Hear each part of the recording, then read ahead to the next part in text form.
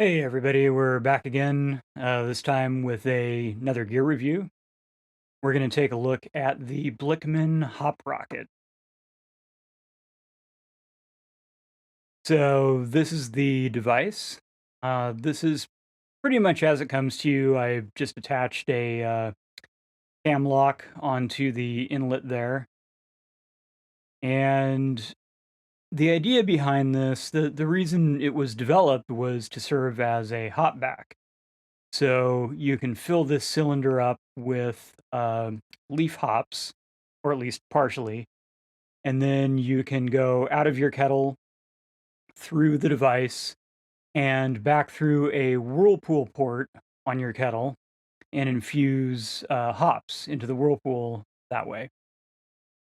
I have a slightly alternative use for it, which is actually to remove hot break.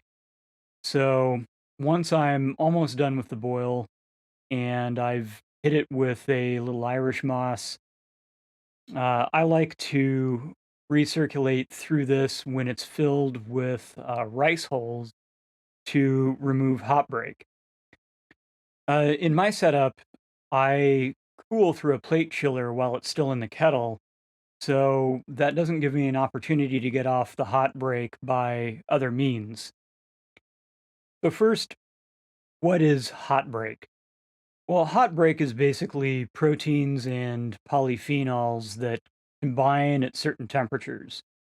And if you boil in your kettle and you don't remove off of this before you chill, it'll just go back into solution and it'll still be in the finished beer.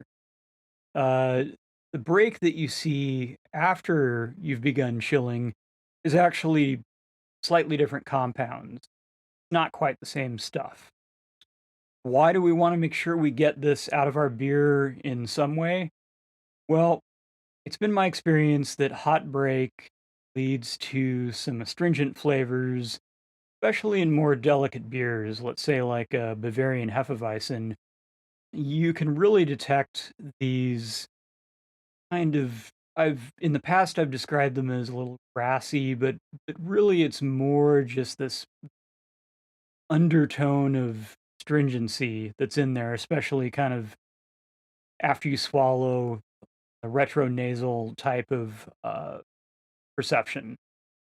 So I've noticed a lot better results if I can get off of the hot break, and this is one method to do it.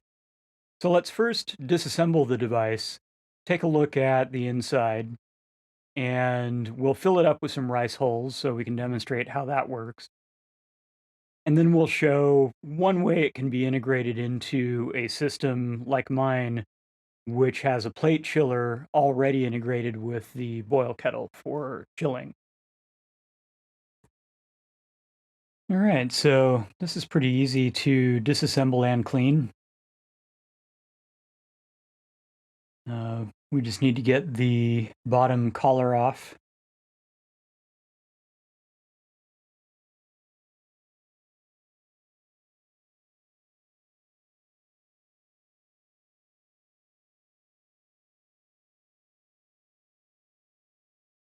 Then there's a gasket that seals up the bottom.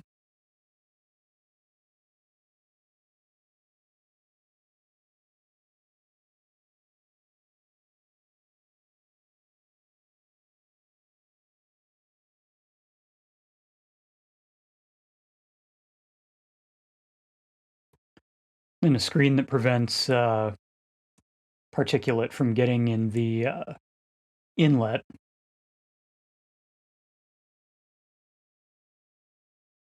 And then another screen that prevents stuff from going through the outlet.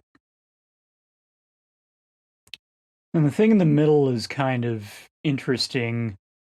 You don't actually put stuff inside that. Stuff goes around it.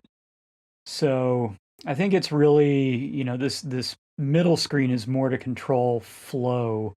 So you get flow around the outside and the edges of whatever material you have in there instead of just straight up the middle.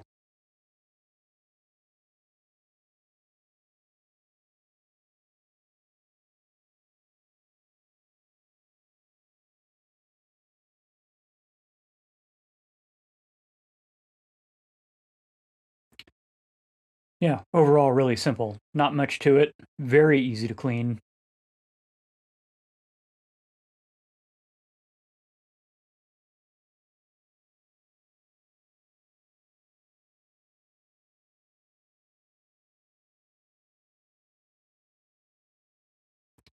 So now we're looking at adding some rice hulls. You don't want to fill it all the way up. That would be too much filtration and probably stop your flow. So really, you want to put in about maybe a third or so capacity, right around there, maybe a bit more.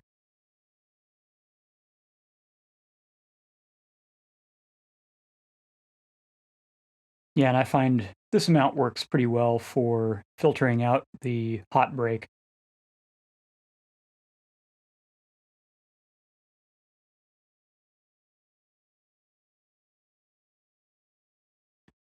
You do want to be careful to get the gasket lined up properly just to prevent any leaks.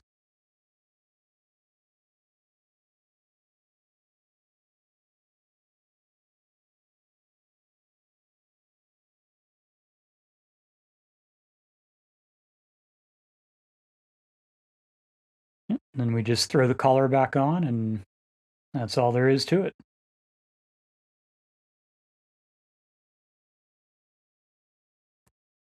So starting from the kettle, go, of course, to the pump first. Then there's a two-way valve on the outlet of the pump. One goes to the chiller, the other direction goes to the hop rocket. So right now it's configured to go to the hop rocket.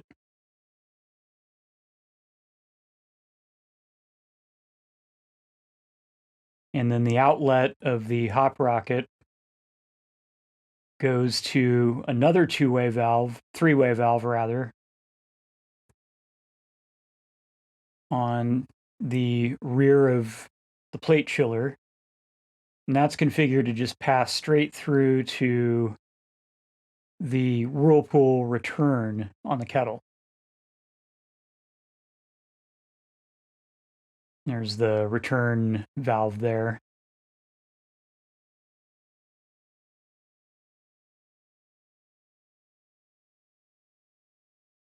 Now, once we've recirculated through for about 15 minutes or so, we can reconfigure the three-way valves to bring the hop rocket out of the system and instead go through the plate chiller. So now we're going into the plate chiller. And we also have to move this valve to allow the plate chiller flow to now go to the whirlpool return.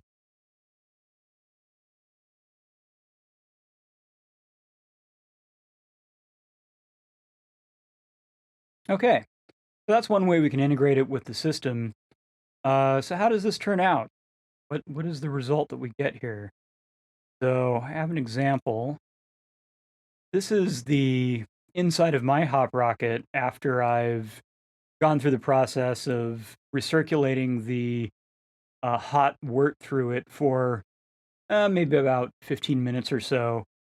And you can see the rice hulls in there, but you can also see this large amount of kind of nasty gray goo that is binding it all together. And that's mostly the hot break with a little hop particulate as well. And this stuff is really nasty. I mean, it smells funky. It tastes very astringent. You really don't want to leave this in your beer. So this is definitely one way of getting it out of there if you don't have the luxury or the space of transferring to a fourth vessel while your wort is still hot and then chilling in that fourth vessel or after that. Yeah, I think this is a pretty cool product. The added bonus is, besides removing hot break, you could use it for its original intended design as a hop back and infuse your wort with fresh hops with it. The only downside that I really find from using this is uh, it's gonna affect your overall brew house efficiency because you're losing, the capacity of this container for every batch. So, somewhere between half a gallon and three-quarters of a gallon is about the size of this. So you have to build that into your recipe.